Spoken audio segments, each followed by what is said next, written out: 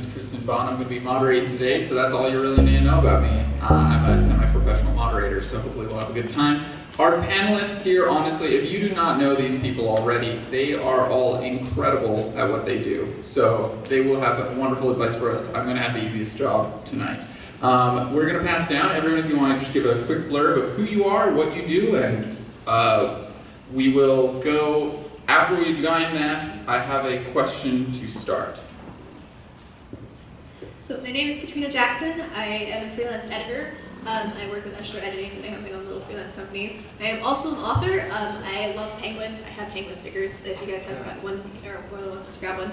And yeah, I work as a developmental editor, so that's what I bring to this panel.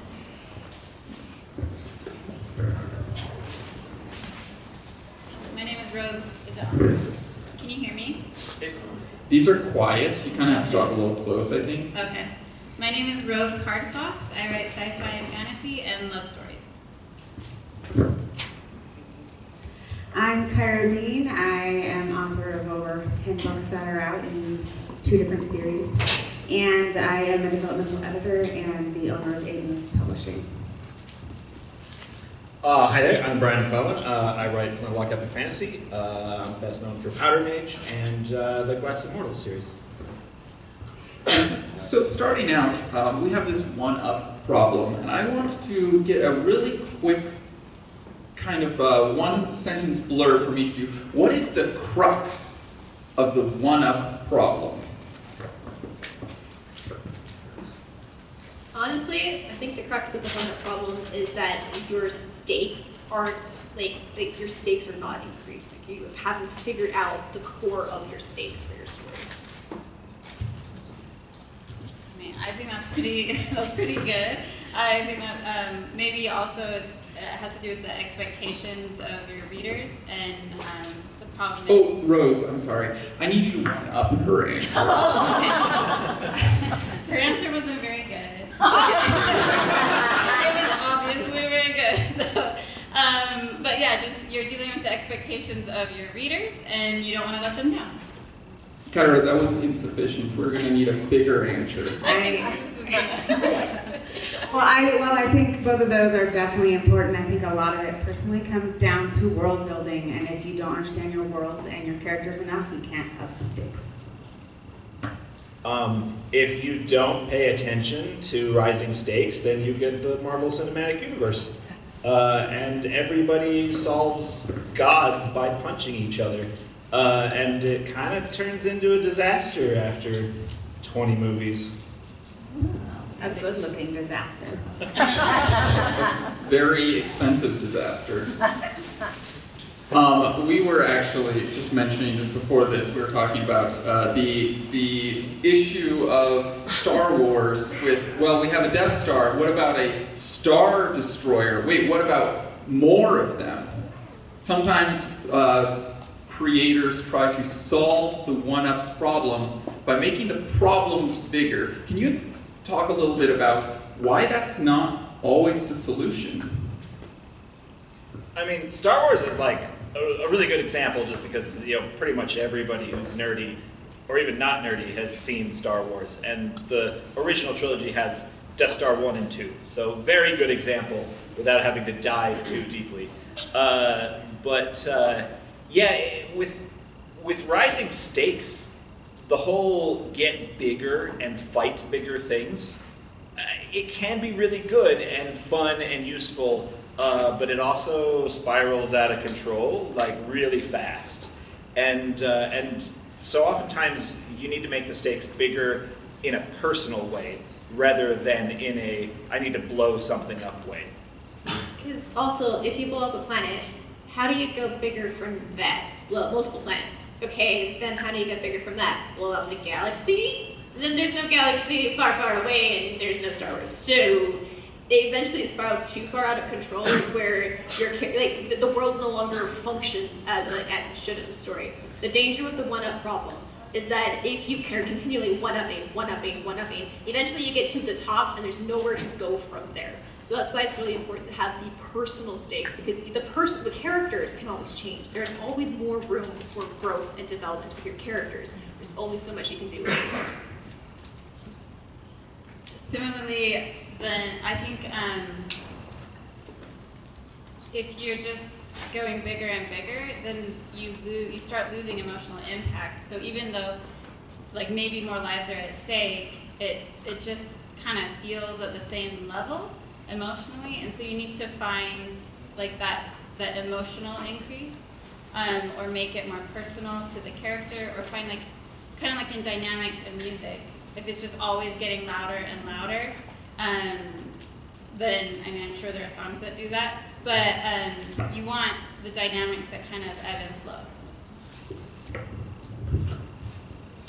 I mean, everyone said really good answers, so I don't have a lot to add, but I think it is important to look at your characters and look at their point of view in the world and what aspects of the world that haven't been looked at through them or through other characters. Because I mean, it's not just Star Wars; it's Transformers. It's even the Merlin series, which I adored at the beginning and then was bored by the end. Because you have to look at other aspects or bring in other characters. And I think when you're writing a series, if you're starting to sound one note, that's what you need to explore, is bringing in other things.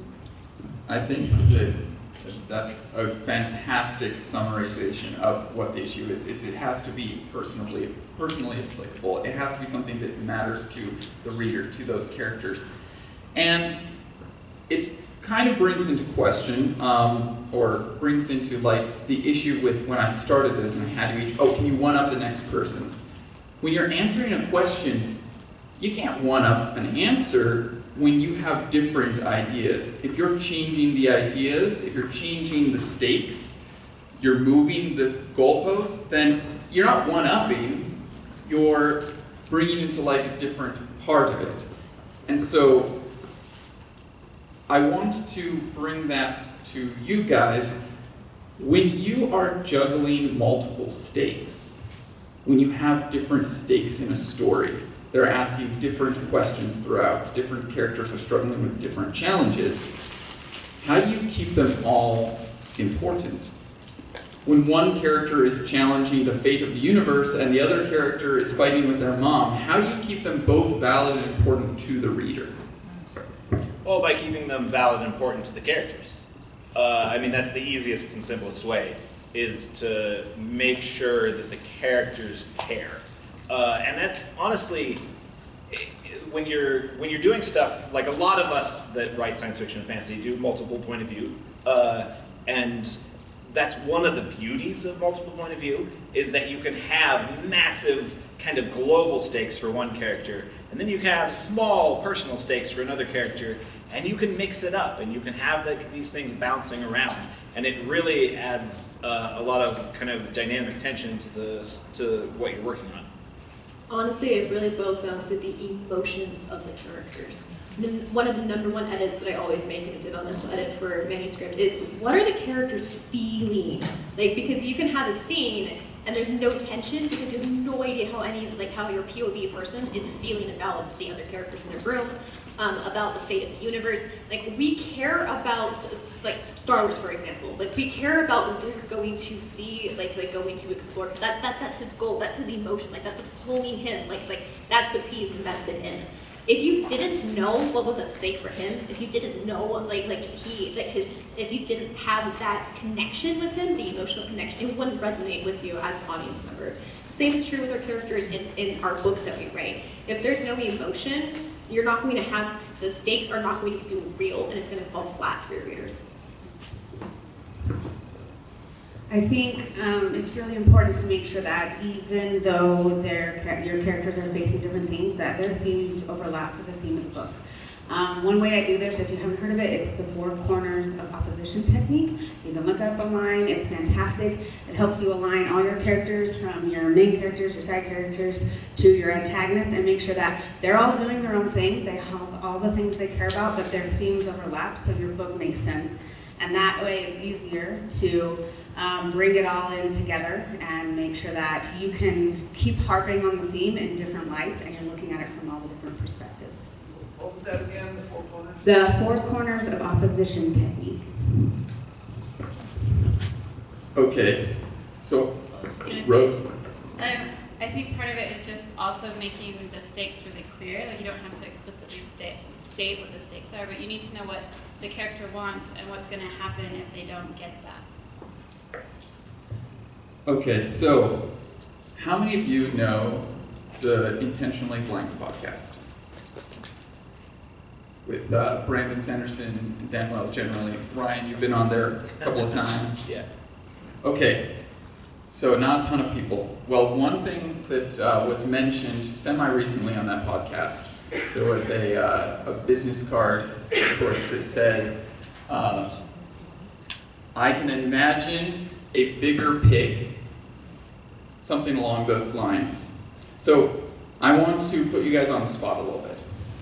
I want to put a little bit of this into practice to show how this would work and how it's going to be. I am first going to have Katrina here. You are going to describe the biggest pig you can imagine.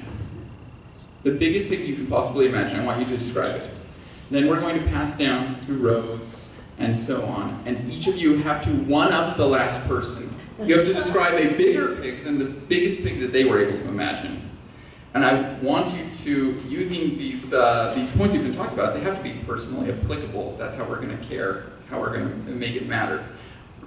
Because if we were just said, well, I imagine a pig as big as this room, and the next person's like, well, I imagine a pig as big as the hotel, and we go on from there, it's not going to have any meaning. So can you show us how this works? Katrina, you get it easy, because you just have to do the first pig. I can start. Guys, we're going to tell a story here. All right, so we're going to make this pig. We're going to call him Harold the pig. And Harold starts off as a pig that's the size of New Jersey, okay? I'm going to start with New Jersey. And Harold loves he loves the stars. He has this dream of going to the stars one day, but Harold's not big enough to go to the stars. So how does Harold get bigger so he can go to the stars? Rose, you can take that Can I? however you want. Let's see. If Harold doesn't go to the stars, then an asteroid is going to destroy the world. Okay, we've got the stakes. Harold has to go to the stars, or the world's going to be destroyed. He's about the biggest New Jersey, so how's a bigger pig get in here? Well, he could keep eating more, but then he'd crush all of New Jersey and the surrounding states.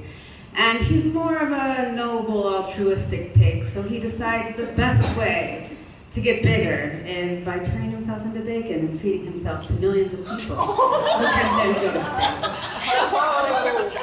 Devastating. Poor Harold! Brian, how do you...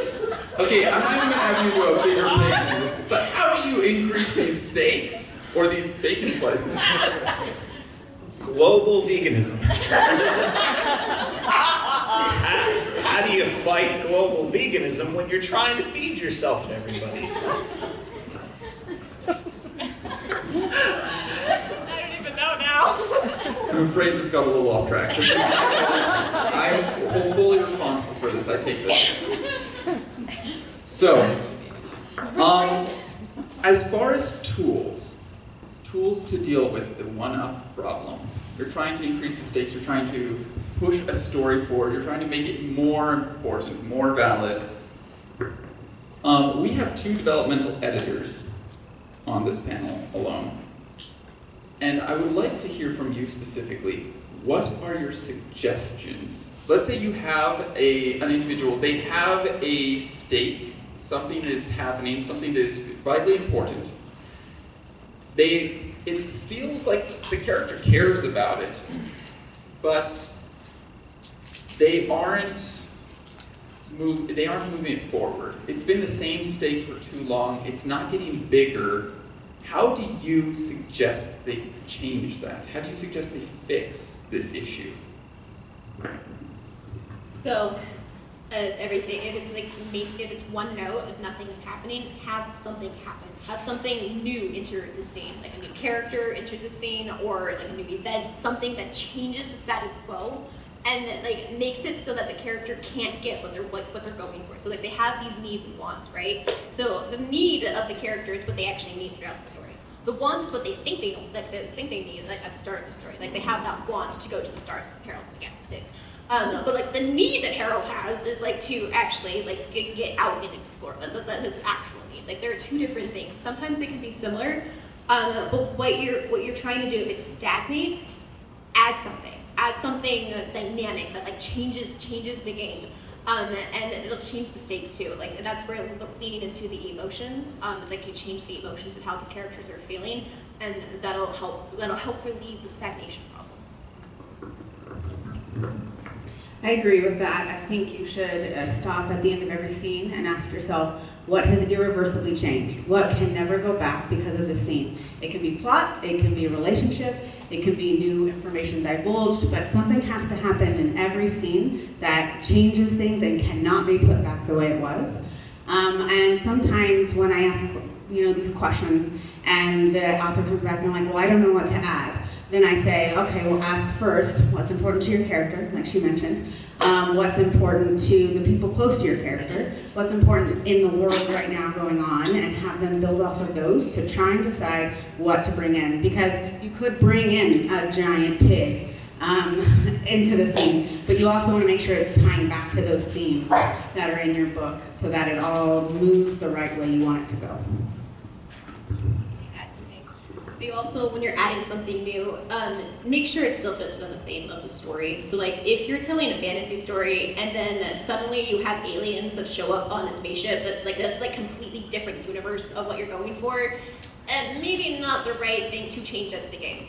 Or if you're writing a story about pixies and then suddenly a giant Tyrannosaurus Rex shows up, you're like, okay, this is not Disney Fairies meets Jurassic Park. This was not the name of the game of the story. So make sure when you are changing things up that it is in line with the story that you're trying to tell. One more thing, a way you can do this too is to, I call it my 10 things list, and I hate it when I have to do it. But if I don't know what to write next in the story, I write 10 things, and I don't accept any of them, and then I start with 10 more, and then I pick one of those. But it's usually 10 things that could happen to the character. And write them down even if they're obvious and dumb, like she could trip on her shoe, okay, fine. You're just getting your juices flowing. But while you're writing those 10 things, the question I ask myself is, what is the worst possible thing that could happen to this character in this moment? And it's not always huge. I have a character who jumps out of a carriage to get away from a girl and is laying in a ditch, and the worst thing that could happen is an old rival of his shows up and it's like, what are you doing? And he's like, my life, I'm going to kill myself. He hates it. But it's the worst thing that could happen to him, not the worst thing that could happen ever. So it always matters the stakes in the moment. So can you share an example of a time that you've written something and your feedback that you've gotten from people is something along the lines of, oh, it just feels like we're one-upping the next thing, like, oh, we just got a bigger starship. Have you encountered this in your writing where you've written yourself into a one-up problem? And then can you tell us how you got out of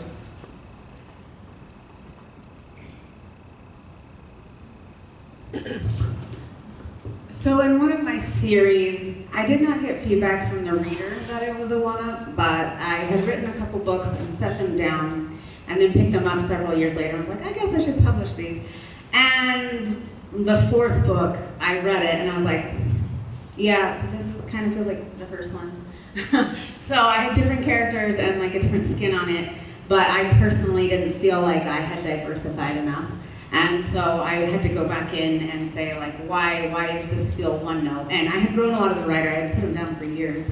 And so I was able to take it and just say, for these characters, they may have a similar, like, goal. Their theme may be similar in what they're looking for in life or in the story, but they're wildly different, and I don't think I was giving enough voice to my second set of characters and making them unique enough in what they were doing. And I was pulling cameos from different books, but I hadn't really explored their characters deeply enough to make it original. So I started over, sat down, really explored their characters, and really went into it. I didn't just tap lightly, because she's the woman in that story is a little more hysterical than I personally am, and so I leaned away from that. But then she comes across like my first character, so I just leaned into who she is, and she's fantastic by the end, and I really like her after all. But it took really exploring all of that and giving it another go and letting the characters really be who they are to fix that. So I'm in the middle of revisions right now for my first novel that I'm self-publishing this summer. One of the things that I have in one of the very beginning parts of the book is, so the main threat is frost giants, right? We've got these big frost giants that are going to encase the world in ice and snow. And for the introduction of one of my characters, I have her fight a frost giant. Except then it felt like the stakes weren't high enough for the frost giants later on in the book, because she defeats the frost giant at the very beginning very easily. And so I was talking with my editors and with my husband about that scene. It's like, okay, how do we make that scene, like I still need to show her fighting skills, and I still need to introduce the threat of the frost giants, but without making it seem that the frost giants aren't a credible threat, and that and so that they can be the big bad at the end that they need to be. So what I ended up doing was tapping into that character's emotions. Like her emotions for that scene is that she's escaping her mom because she doesn't want to go get married. She's a very Merida-ish character. Don't want to get married, but to run away into the sunset. Anyway, so she's running away from her mom because she doesn't want to go get married. And then she also is tapping into that these are baby frost giants. These are not the big bads. Like, no. These are frost giants, but they also keep reforming. So you can dispatch a frost giant, but that doesn't mean that it's gone for good. And so like it introduces the threat and introduces the character and what's at stake, but it still lets like the big bad at the end with the full-grown frost giants who are huge and much bigger than the adolescent frost giants she dispatches at the beginning have more weight and have much more of a threat for the characters in the world. I was trying to think how to answer this without giving like spoilers. So, but with mine, then I shot myself in the foot a little bit by making the villain like the most powerful that's ever been, and so I very quickly realized I was going to have a problem. But I'm like very character focused when I'm writing, and so what I ended up doing is kind of playing with what people know about each other, and so the stakes are, I don't know, like they have assumptions about each other, and sometimes that's wrong, and so they make decisions that aren't necessarily based on what the stakes actually are, but what they believe them to be. And that leaves room in the future for more information for both the villain and the hero, and the stakes start to change that way.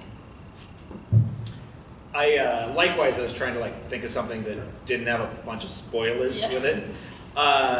So I'm currently working on the Glass Immortal series, and book 1 ends with a pretty major paradigm shift, and I spent so much time worrying about that.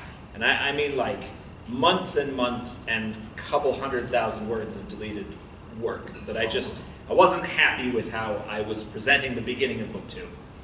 And because I really wanted to grapple with this paradigm shift and focus on it. And I had a realization after way too much time that paradigm shift really only affects a couple people. There's not that many witnesses, and so I, as the author, was spending way too much time trying to trying to deal with this paradigm shift directly with the audience, trying to be like, oh, I'm answering the audience's questions. And I had this realization is I don't need to do that. I don't need to kind of emotionally one-up the book of the end of book 1. And so I took that and said, all right, I'm taking this paradigm shift and I'm making it not really matter right now because everybody has bigger problems. There are things that are happening right in front of them that they can't worry about this existential dread of what's happening and spreading around them because people are dying and the civilization is collapsing.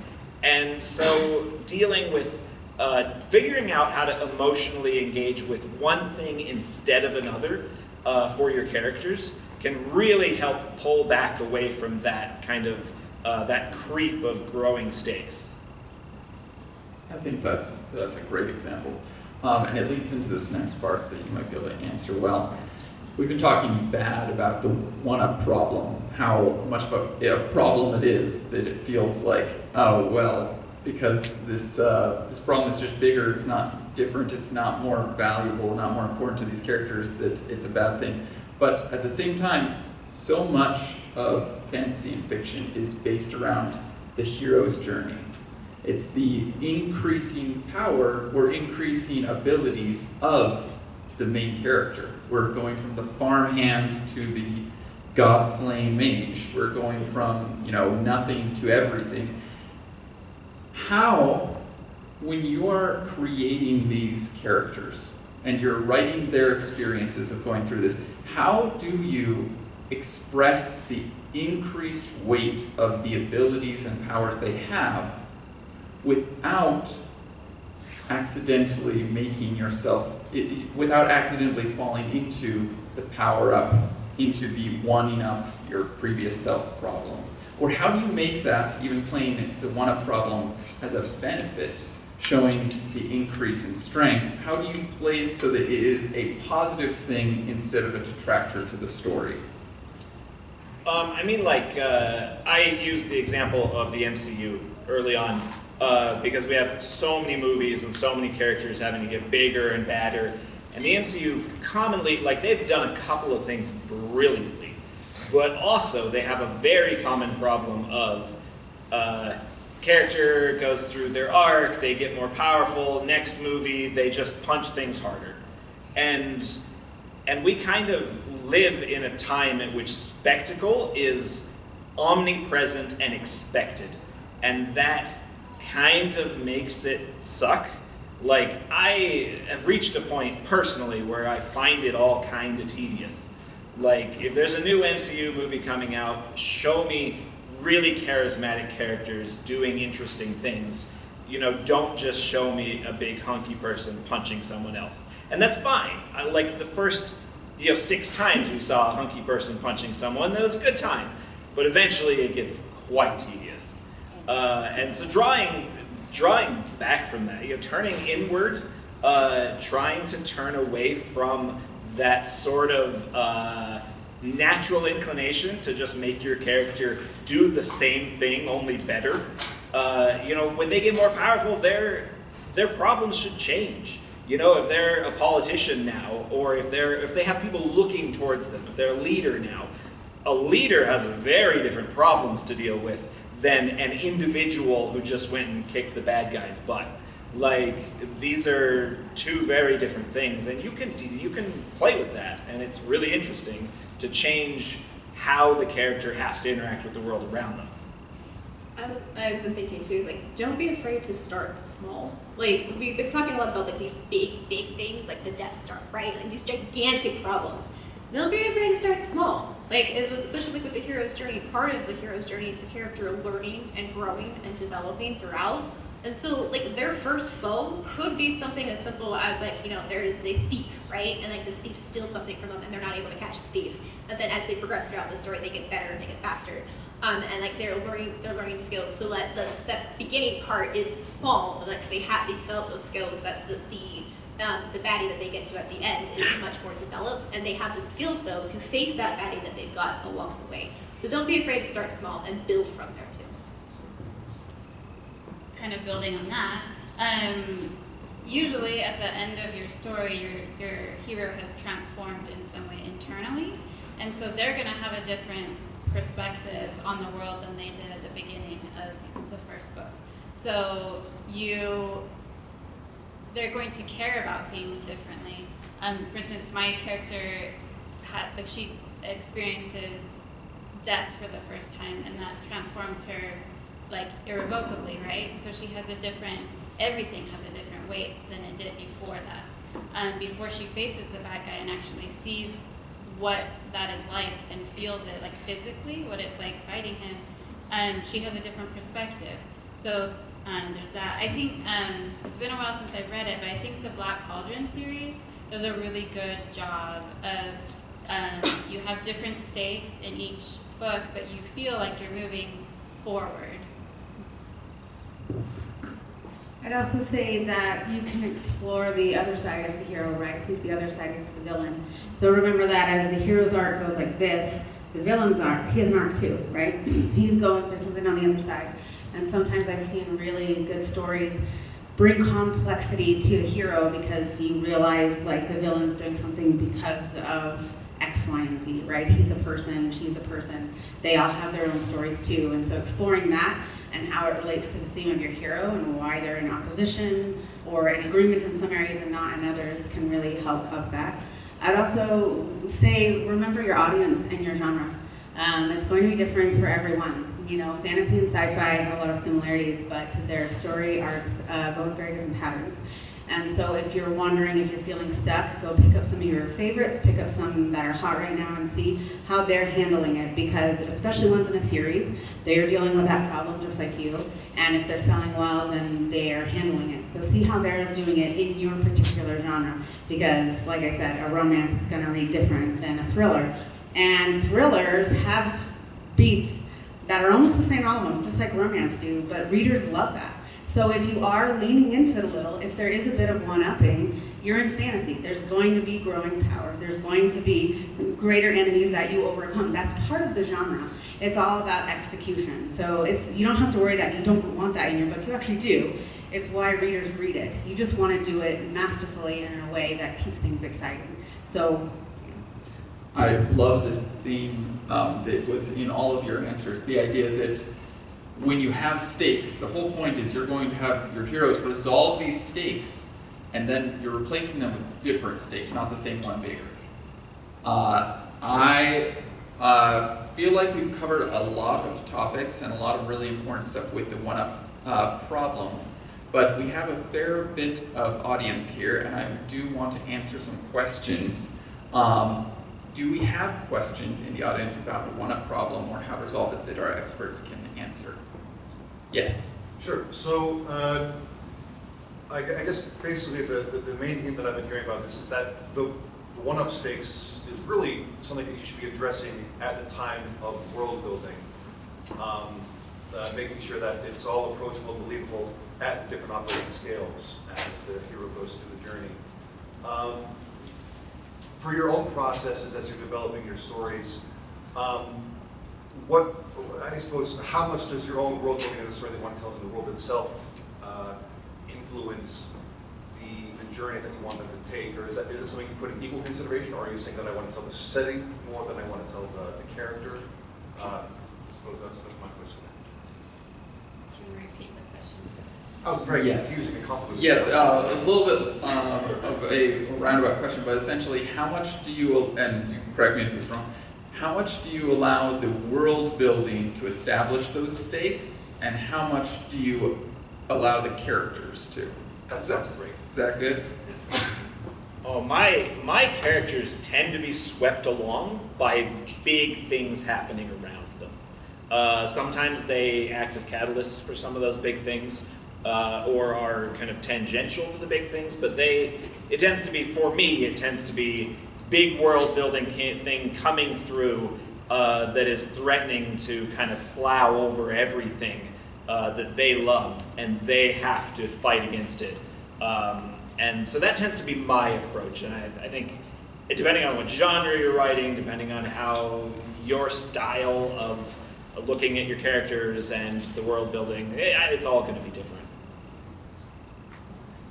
The thing to remember too is that every writer writes differently, and the important part is to write a draft. Okay, like we talked a lot about like how to fix things and revise things. Okay, you guys, you gotta get something on the page. And my first drafts can be hot messes sometimes, and that's okay. I had to give myself permission to write garbage the first time, and it's actually usually not as bad as I think it is. You have to get something down on the page, and then you can go back and add. Because for me, a lot of my stories are character driven. I love characters. I love character stories. I love their arcs. That's why I read. I read to connect with characters. And so the stories that always resonate with me are the stories that have a character arc, that have that character, are invested in the world and the stakes. Sometimes you can have really cool plot ideas that come from a world building, but they always need to be incorporated with the character. And so for me, as I write, I sometimes come up with a world, but then I usually come up with the character and how the character is invested in that world, and that's how I kind of explore the story. I think it's kind of like you need both. You need both world building and character development to really truly have the best stakes possible for your story. I agree with that, and a second emphasis on genre, because a lot of genres are different in what they follow. I am also a character person. My protagonists have to touch everything, and they will never be swept along by anything. It will always be their choice. And so, like, I really focus on the character, but I agree with the first draft. And even a first draft of a second book, if you're going to have a series and you write quickly, that's not a big deal, because you learn so much about your character and your world by the end of it. And that's why the editing process is so rich and interesting and can really help with this one-up problem, because you learn so much about your character and the world by the end that you can go in and refill it in and really enrich it at that point. So I think first, like, just, if you have the story in your head, just write it how it is. Don't stop and be like, am I doing this enough? Have I done this enough? Don't worry about that. Finish it first. Because you'll learn yourself, your character, and your world better by the end, and you can fix it all better after that. I really try to do the thing where you get everything down first, but my brain just doesn't work that way. So I get to a certain point and I cannot move forward until I go fix the problems. So I don't think you have to have it established before you start, but at some point before you end, then it needs to be figured out, and you want to take it into account before you have that first story or book finished, so that you haven't shot yourself in the foot for the second book. And there was something else I was going to say. Oh yeah, I also agree with whether your character is being swept along or not, they're still making choices, right? So you have to have both. And with genre, yeah, like in a sci-fi fantasy, you're dealing with a whole magic universe, or with sci-fi, not magic, I can't think of the word right now, but powers, and those, you have to take those into account. What's possible and how do you fight that? But with writing romance, that's mostly internal. The stakes are internal, so you take those things into account. And going off of something you said, you want to make sure you don't shoot yourself in the foot for the next series or the next book or the next part of it. What if you have done that? So I'm thinking of the Mither Mages series by Orson Scott Card. I remember the Lost Gate and then the Gate Thief. The first two books were incredible, and it left off the second book with a crazy cliffhanger, and I was dying to get to the next book, and then when the next book came out, it wasn't even a problem. I felt so let down. How do you handle that once you've done it to yourself? You set it up, you had this big problem, and then you got to the end of your book, and you revealed the cliffhanger that you have the same giant one-up problem there. How are you going to save that? I feel like that's going to be very personal to the book, but I think, I was upstairs just jotting down ideas of this, you can fix things this way, you can fix things this way. So I have kind of a list, so I'm going to just say some of them. But, I don't know that specific book, but, so you can have it where, maybe you already, that this is just step one in a bigger problem, not the same problem bigger, but an actual, more complicated problem. Maybe you have, a hierarchy of villains. So you've dealt with the first one, now you have somebody who maybe doesn't have more powers, but has more authority, or whatever, depending on your story. Maybe winning made things worse, or maybe they failed. And so if they did, if you've already created it, you don't get to decide that. But and then let's see. This is if you're just creating it already, but maybe the problems are geographical, and so you have to move to a bigger geographic stake or something like that. Anyway. So right before the panel, we were talking about the new Civilization that came out. So Civ 7, if there's any gamers in here. So I've been thinking about, so Sid Meier, the guy who is in charge of the whole series, he has a rule of thirds, which is when you make a sequel for the new game, you keep a third of the old game, you improve a third of the old game, and then you have a third that's entirely new content.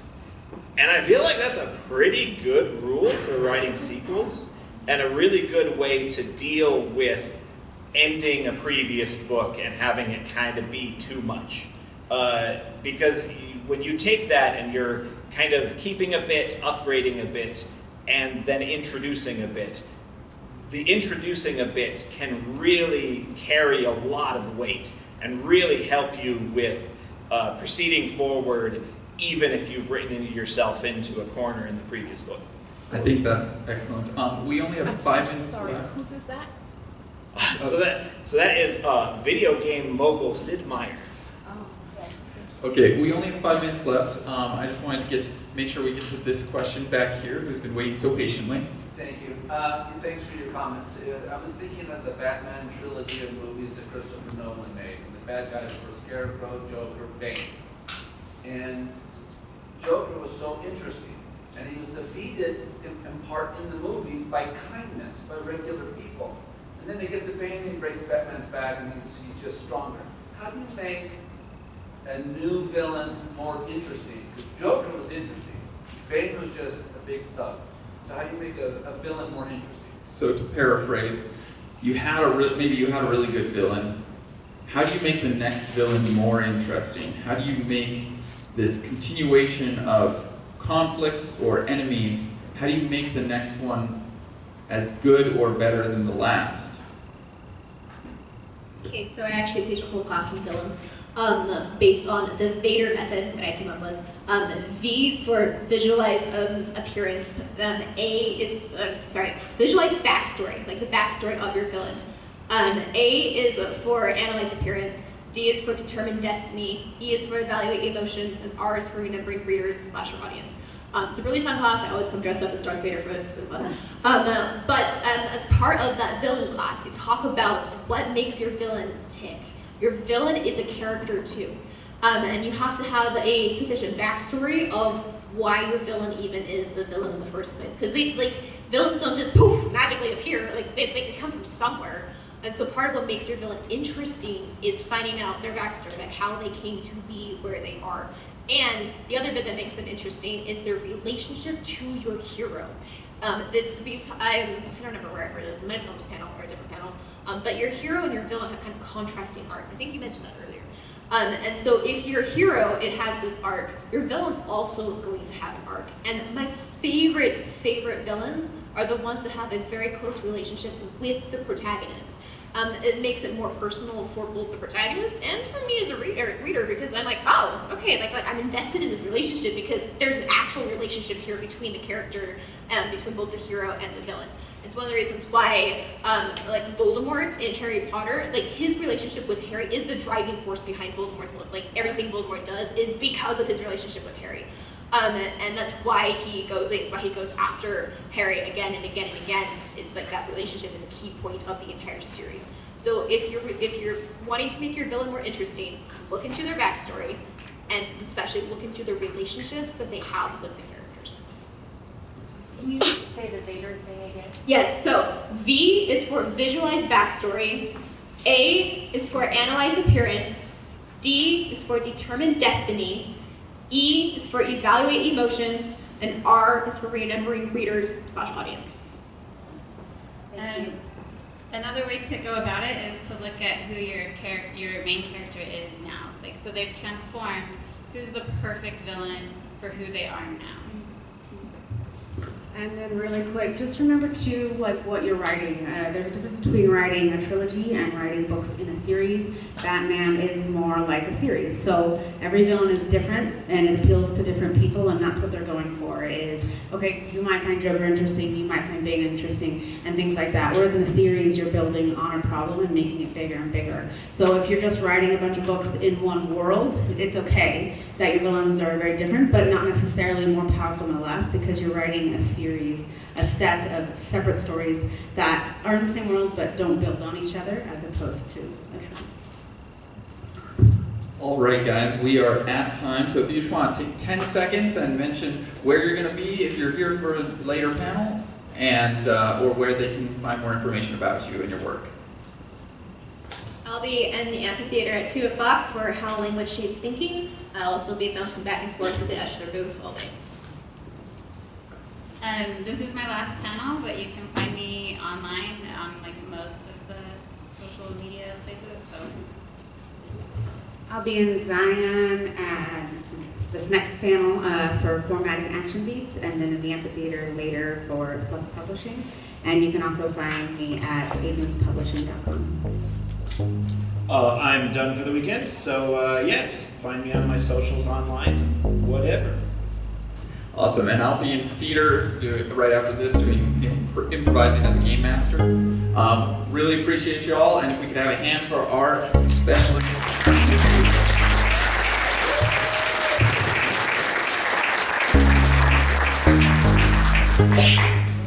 Thank you all for coming.